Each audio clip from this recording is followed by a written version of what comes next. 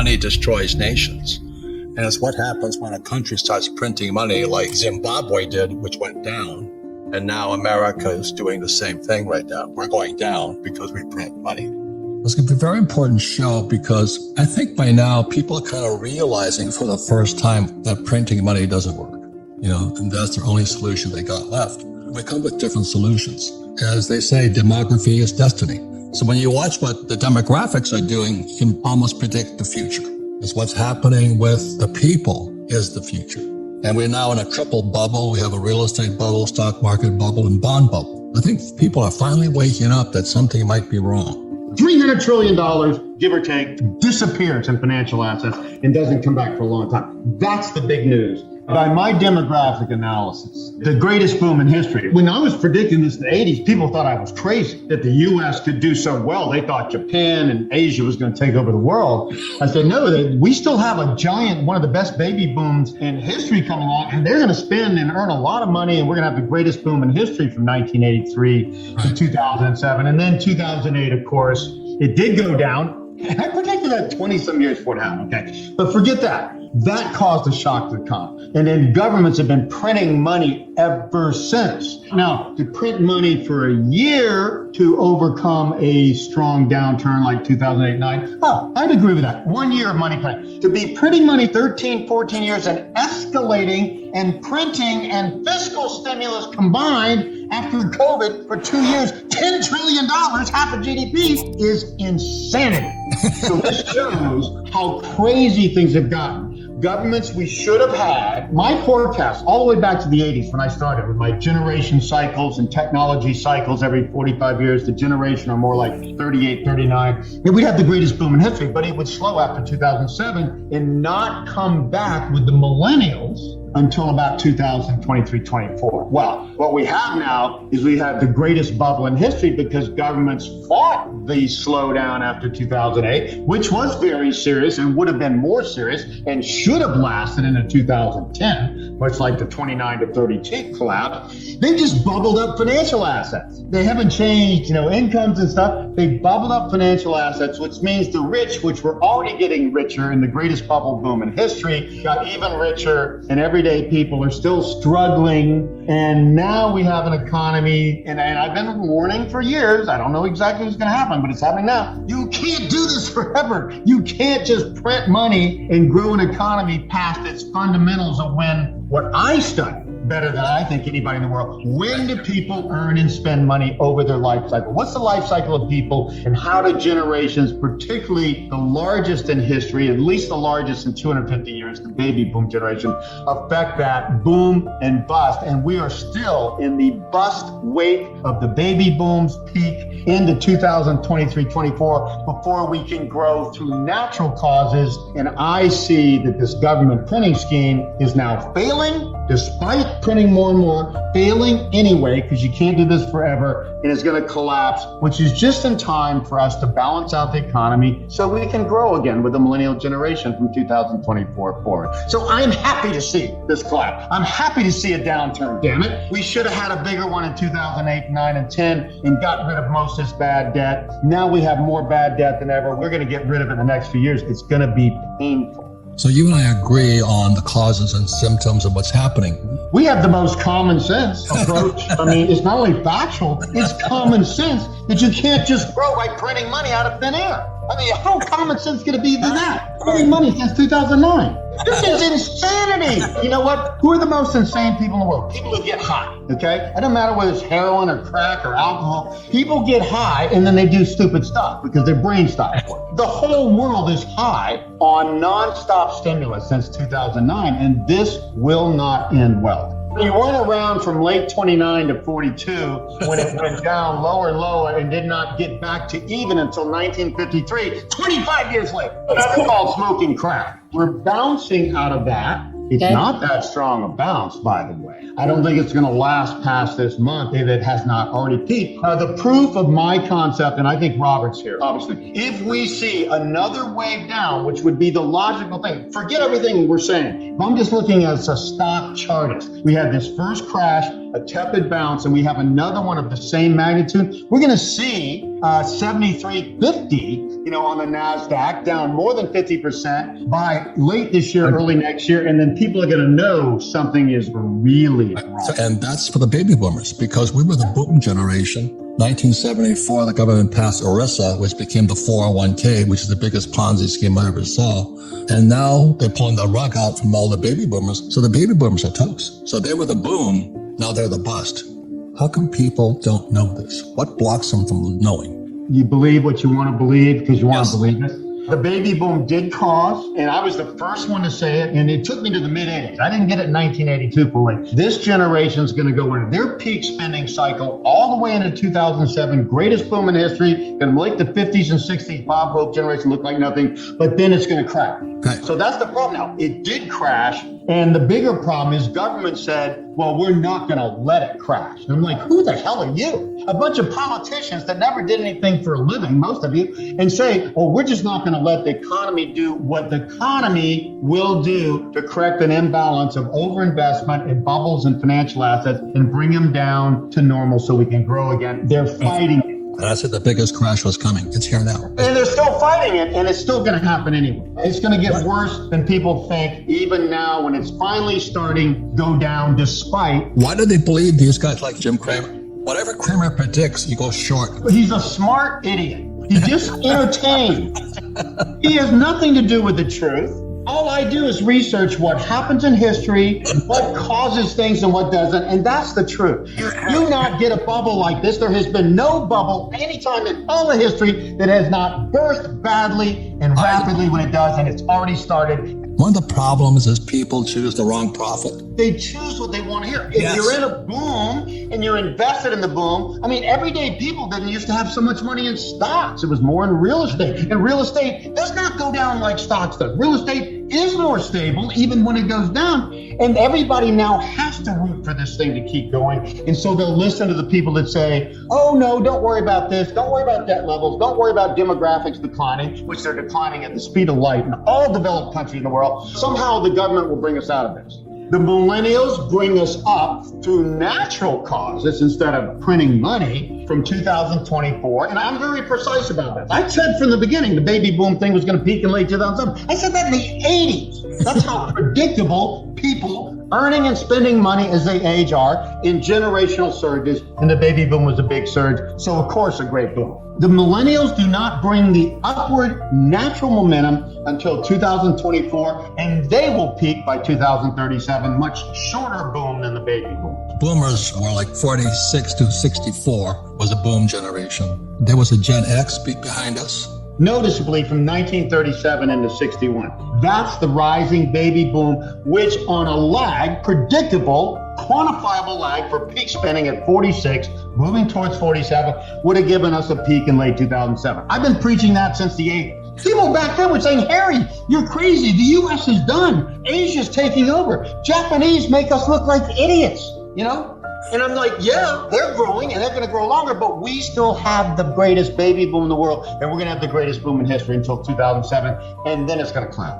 Who is Gen X and what's their challenge now? Because that's a large generation. Gen X is the declining birth rates from 1961 into 73 to 75 that caused the slowdown from 2008 still into 2022-23 before the millennials born after them take it up. And even the millennials, here's the important point, and nobody gets this, okay? Even the millennials, with their spending power as a smaller generation, less long in birth, only take us back to where the baby boomers took us. We only get back to even adjusted for rising productivity. We will never see a boom like 1983 to 2007 again in the US, and most of the developed world will never, and Europe's already behind us. What's going to happen to Gen X? Because they're the sandwich right now. They're the spread. Well, they're causing the slowdown, but they kind of benefit because when asset prices go down eventually, which they aren't yet, when they do finally crash, they're going to be able to invest at more reasonable places again and be able to invest in retirement. I tell you, anybody right now in the markets, whether it be bond markets at the lowest interest rates ever, long-term, or stock markets, the highest valuation. If you invest today, even with no predictions of up and down economy, you're likely to make a couple percent a year for the rest of your life. You're not going to be able to retire profitably until the markets come down to reality and you can invest at fair asset prices again. This is a new trend everywhere. It's a good trend. People don't have to spend an hour or two commuting every day and sitting in the car. It's only more productive, okay? It's just that the millennials are causing, with less spending than the baby boomers who already peaked at age 46 to 47 before them, they're causing a slowdown. And instead of governments helping to restructure debt, we've got tons of bad debt now from the great boom from 83 to 2007 that needs to be restructured. They're encouraging people to keep that bad debt in place and not to reinvest in new industries and stuff. They're doing all the wrong things because they don't want to have a recession. You know what recession is to me? Sleep. Try not sleeping for 3 days and not become a crazy person. It's already proven. 3 to 5 days, no sleep, you'll become a crazy person. We have to grow and expand all the innovation of the past, and we have to slow again and restructure and cut out losing companies and losing things and reinvest in the future. And governments are interrupting the free market capitalist system that has made us the richest and the greatest advance since the late 70s in all of history because they don't want to have a damn recession. Greatest boom in history, and just when it needs to restructure, they screw it up so we can never grow again because we never restructure bad debt.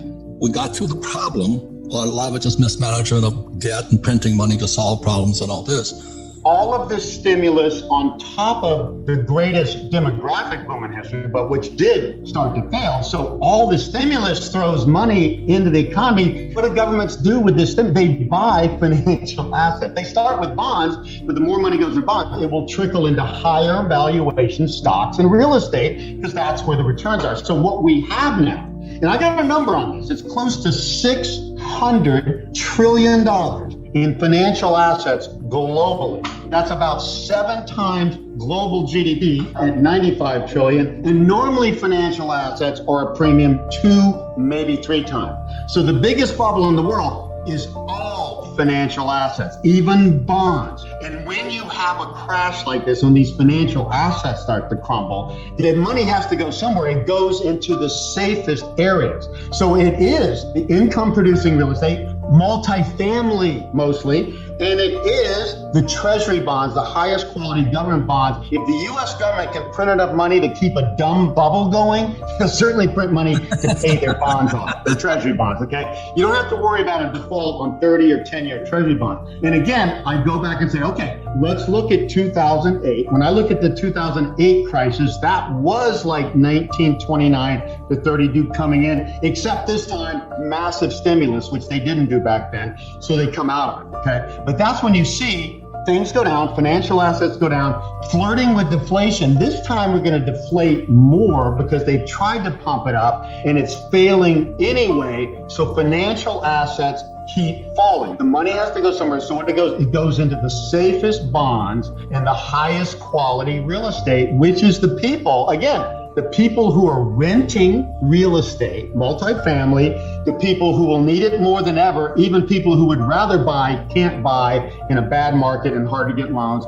Who's the best house in a bad neighborhood? Is Europe in trouble? Yes. Has Japan been in trouble forever? Yes. Okay. U.S. is still the best house in a bad neighborhood. And our bonds went up in 2008 crisis, 45%. Treasury bonds, 30-year treasury bonds, and they're going to go up more than that this time. So you go to the safest places. Again, where can you get predictable rentals, even in bad times, from real estate? And that's from apartments and multifamily. And where are the best bonds that will be paid no matter what? When all financial assets have to go. Now here's my number: from 600 trillion worldwide, they're going to have to come back down to about 250 to 300 trillion. Now think about that. Globally, 3 times global GDP 95, $300 trillion, give or take, disappears in financial assets. So as long as you're protected from that in the right real estate and in the right bonds, the highest quality, the longest term. If I could buy one thing, it'd be 30-year treasury bond. Okay, U.S. government.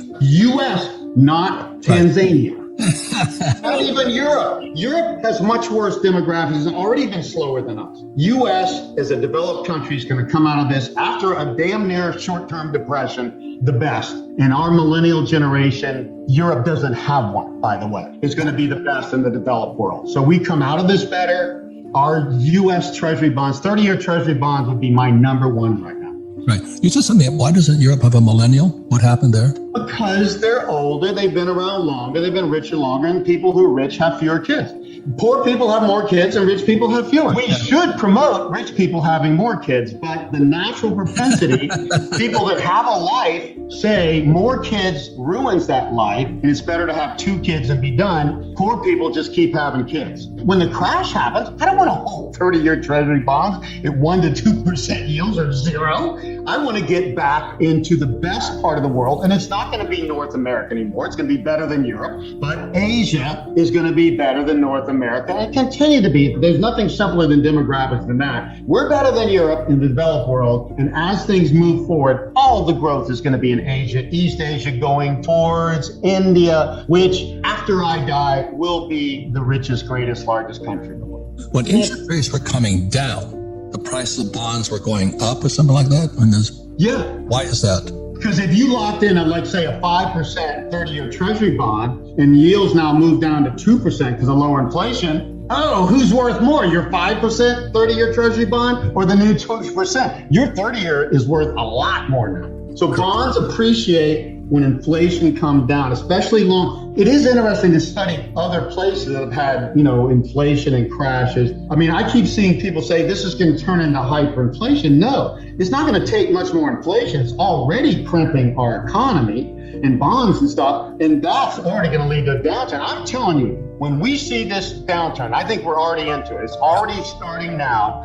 Inflation will disappear at 9.1% or 10% if it gets the high, and never appear in the rest of our lifetime. That's a forecast. Wow. We'll never see inflation above a few percent for the rest of all of our lifetimes, even if you're 20 years old today. That's my forecast. Because inflation was the major baby boom, and that caused a huge inflation. You know what follows huge inflation? The disinflation and the boom that follows from that generation that caused it, and blah, blah, blah, blah, blah. We're not going to ever worry about inflation in the developed world again. Hey, maybe Zimbabwe, maybe Africa, but we will never, high inflation will never be a topic after. Fantastic insight. Anyway, one more thing about booms and busts. What Harry's saying about the 30-year is basically you're getting ready to pick up more product, whatever it is. So it's the same as us. We don't buy real estate when it's high. We buy it when it's low. The point here is that it's when you buy, not when you sell. And the reason I think a lot of real estate guys are going to get crushed are the flippers, because they still expect the price of real estate to go up. So they're flipping the family home, or they're taking out second mortgages on their home because the so-called value of the property went up. But real estate is also supply and demand. There's a huge shortfall of real estate in America. Demand is going up. So that's why residential is good as incomes come down. I mean, apartment houses are great because people are backing into apartment houses. Take this seriously. We've had so many corrections now, and we've had this boom go since 1982 now. And even when it should have gotten a lot worse in the last decade, they propped it up. Be serious. You cannot have something for nothing economics work forever. And the fact that after the $10 trillion in combined fiscal and monetary stimulus, we are already falling in a recession again, if that doesn't tell you something's wrong, you better wake up.